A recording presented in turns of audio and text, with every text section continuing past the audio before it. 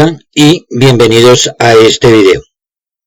Continuando con nuestra serie Integrales desde cero, seguimos abordando la forma de aplicar la integral para el cálculo de áreas bajo la curva o delimitadas por una curva. Se pide en este caso hallar el área de la función f de x igual a x al cuadrado menos 6x más 8 en el intervalo 1 a 5. Ya sabes que, en primer lugar, es determinante representar la gráfica de la función dada y así identificar el área que se debe calcular. Por lo tanto, calculamos las raíces factorizando la expresión, o lo que es lo mismo decir los puntos de corte en x. Se ubican dos números que sumados sean iguales a menos 6 y multiplicados sean iguales a más 8. Estos son menos 4 y menos 2. Que al igualarse a 0 cada uno de estos factores, nos dan los puntos de corte en el eje X, 2 y 4 respectivamente. Estas son las soluciones para y igual a 0. El vértice lo ubicamos usando la genérica para hallar sus coordenadas en X. Esta fórmula menos b sobre 2a. Esto a partir de la fórmula genérica para las funciones cuadráticas, siendo b igual a menos 6, dividido entre 2 por 1, ya que a es igual a 1. Vemos que la coordenada para x del vértice es igual a más 3. Al evaluar entonces la función en 3, se halla la coordenada para el vértice en y, que es igual a menos 1. Al graficar, nota que, en este caso, una parte del área que se pide calcular se encuentra por debajo del eje de las x.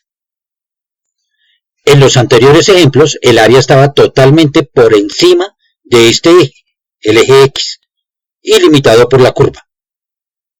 El hecho de tener el área a calcular por debajo del eje de las x, o una parte de esta, tiene algunas implicaciones que procuraremos ilustrar en el presente tutorial e iniciamos por mostrarte lo siguiente.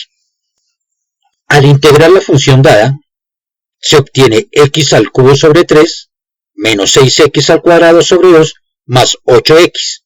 Este procedimiento ya lo conoces. Reducimos a 3 la fracción que aparece en el segundo término, menos 6 medios igual a menos 3, y pasamos a evaluar la función en 5. Luego se le resta la misma función valuada en 1. Esto de acuerdo a esta fórmula que ya conoces y que se usa para calcular el área bajo la curva. Operando dentro del primer paréntesis, se obtiene 6,66 periódico. A este valor se le resta el resultado de operar lo que está dentro del segundo paréntesis, 5,33. Esta diferencia es igual a 1,33. Esta es la integral definida en el intervalo 1 a 5 de la función x al cuadrado menos 3x más 8. Pero debes tener mucho cuidado porque este resultado no corresponde al área limitada por la curva. Esto se puede evidenciar al hacer un cálculo visual aproximativo de las unidades sombreadas. Puedes ver que el área bajo la x tiene aproximadamente una magnitud de una unidad y una fracción de otra. Lo mismo sucede con el área sombreada por debajo de la curva y por encima del eje x en el intervalo 1,2. Puedes ver que de igual forma el área equivale aproximadamente a una unidad y fracción, si contamos los cuadros. Si vemos el área en el intervalo 4 a 5, es igual al área entre el intervalo 1 a 2. Concluimos que toda el área sombreada de la figura está aproximadamente en 4 unidades cuadradas. Pero, ¿cómo entonces hacer el cálculo exacto? Bien, por eso es importante graficar primero el área que se debe calcular, porque este cálculo se debe efectuar por partes. Es decir, Primero se calcula el área que se encuentra por encima del eje X en el intervalo 1, 2. Como ya tenemos la integral de la función dada, solo evaluamos en 2 y en 1 la integral, hallando la diferencia entre ellas. Tenemos que el resultado de operar dentro del primer paréntesis es 0,66, menos el valor obtenido de operar lo que está dentro del segundo paréntesis. Esta diferencia es igual a 1,33. 1,33 es el área bajo la curva de la función dada originalmente en el intervalo 1 a 2. Ahora hallamos el área sombreada que está bajo el eje X y que corresponde al intervalo 2 a 4. Valuamos la función en 4 y le restamos la misma función valuada en 2. Al valuar en 4 se obtuvo que es igual a 5,33. Le restamos 6,66, que es el valor al valuar la función en 2.